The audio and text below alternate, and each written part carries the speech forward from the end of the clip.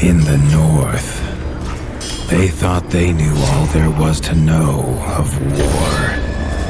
Until the War of the Rift. While the Southern King hid, warm in his keep, the Darkwings cut their bloody trail from frozen north to winter's edge. Alone, the Warden and his small garrison turned their whiskers to the icy wind. At the end of hope, in a last barrage, they wiped Batkind from the land and memory. With no sign of the Darkwings' return, in time, few believed them little more than a fairy's tale. But at Mount Cauldron, time had been all they needed. An old enemy claws free of their icy tomb and hungers for vengeance. But not all is lost. King Rattus brings north a cause for hope. A bastard prince, placed in the paws of the Warden of the Wastes to raise as his own. A secret of blood never to be told. Now, fate calls for a hero in a murderous screech, and one young rat will answer.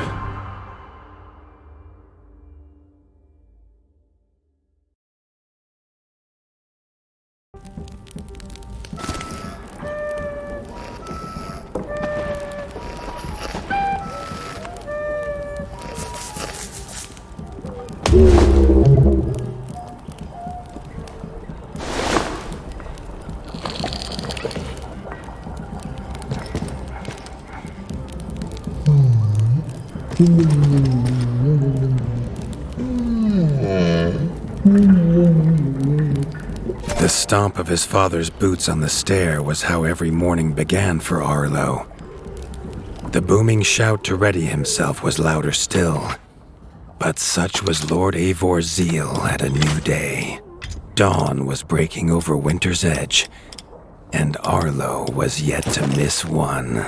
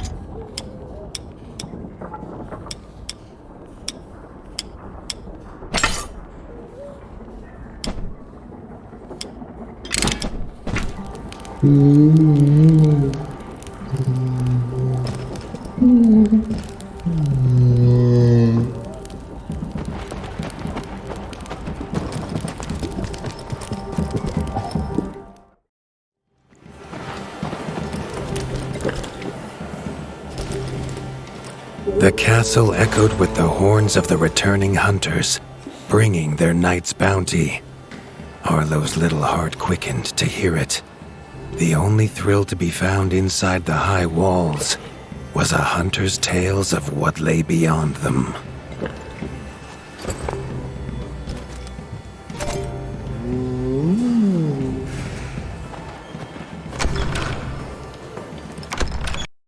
Arlo tells himself it's a good life here in Winter's Edge. The bustling of contented rat folk, the crisp mountain air, and without the endless scourge of frogs the southerners suffer. Why should he want for more?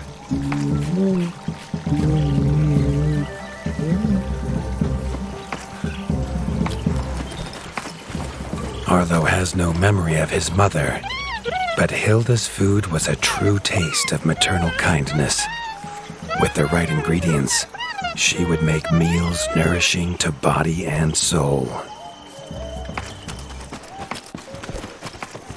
Tiki's shop was perhaps Arlo's favorite, as the shopkeeper had wares from far and wide. But getting him to part with his curiosities was never easy. There was no time for tales of the hunt today. Lord Eivor was already dividing what was an excellent haul, happy to see his people provided for. Arlo longed only to join the hunt, to see the ratdom or even the lands beyond. His father called it a fool's wish. Arlo's destiny was unshakable, much like the keep that would become his by birthright.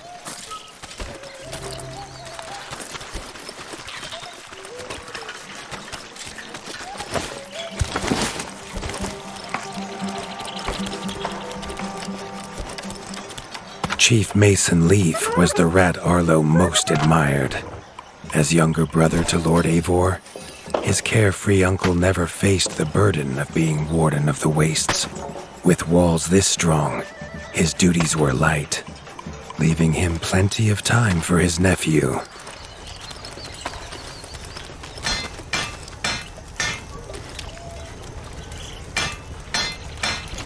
Crunk was a rat's rat, with no interests beyond his forge. If you have the parts, this master crafts rat can make armor and weapons that would see off a sky scorcher bite, or so he claims. Arlo wondered how well they'd do against something that wasn't a myth.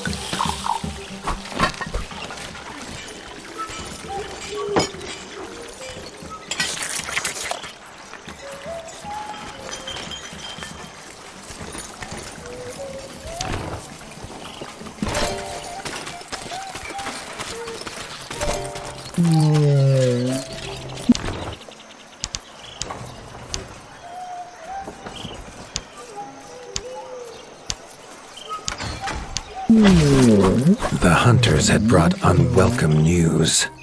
A family of the reviled creatures ratfolk called backstabbers had moved into the wastes. Eivor told his son to fetch his weapons.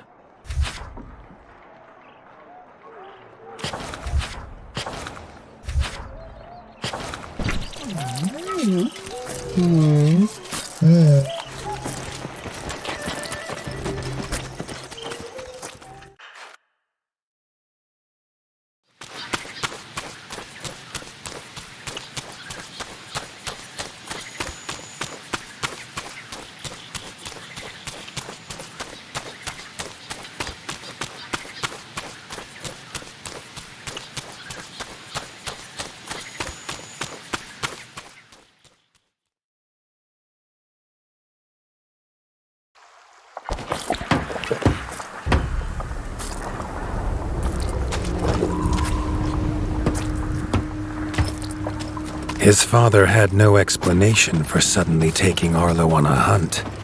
It even gave the hunters pause. Arlo had been taught to fight, and better than most. But rarely had he been tested. He was determined to prove himself.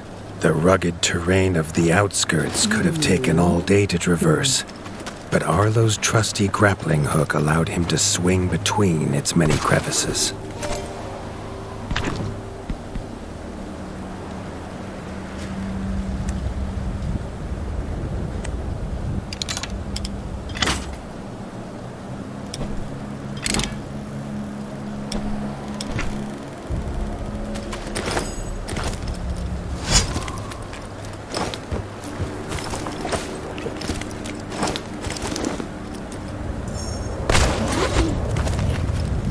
Arlo liked the feel of a sharp axe cutting through the vines.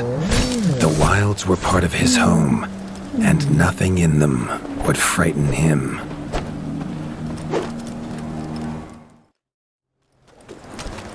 The famous frostberry bushes of the wastes were in full fruit already. Their juice made a healthy tonic, though Lord Eivor preferred them fermented.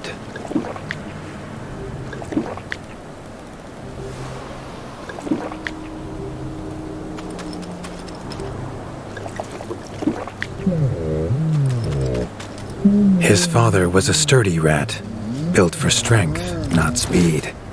So Arlo found it curious that he challenged him to a race. The prospect of the hunt had filled Lord Eivor with a vigor that his son had not seen in years, or at least since breakfast.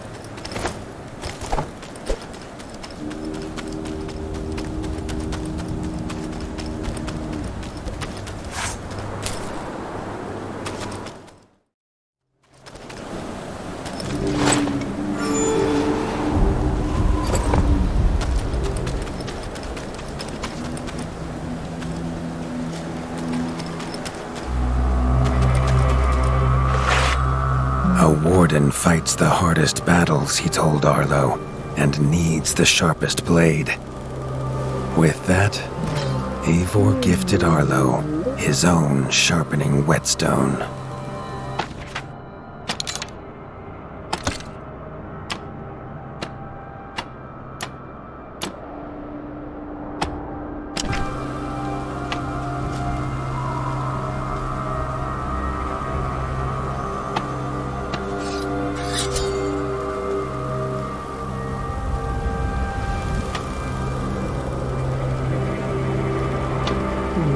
Whether these beasts were named for their spines or for some past unforgivable deed, no rat knew. Either way, Arlo was about to find himself at the pointy ends of this brood. Even young backstabber red attacks were brutal, but a well-timed dodge would see Arlo escape unscathed.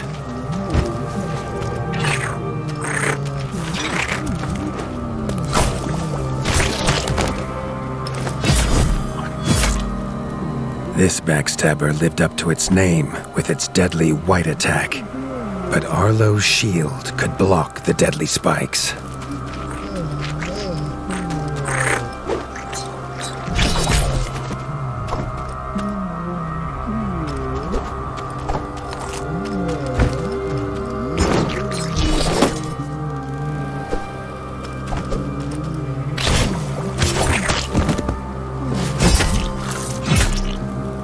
This young one used vicious yellow attacks.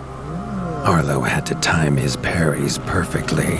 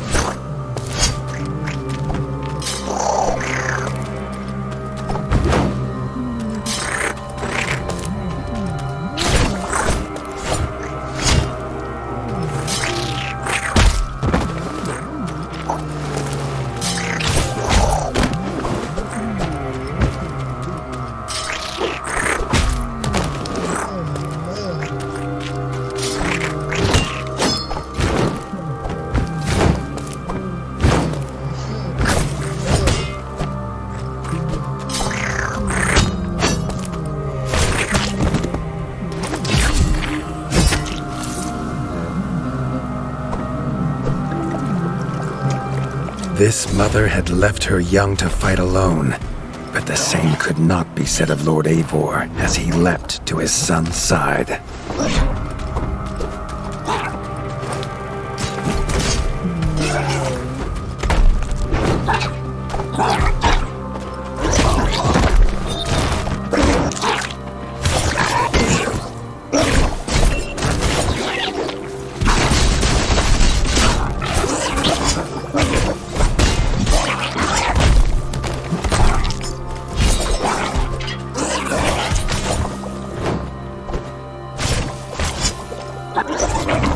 It was Lord Eivor's mighty blade that took her head, but the fight was won together.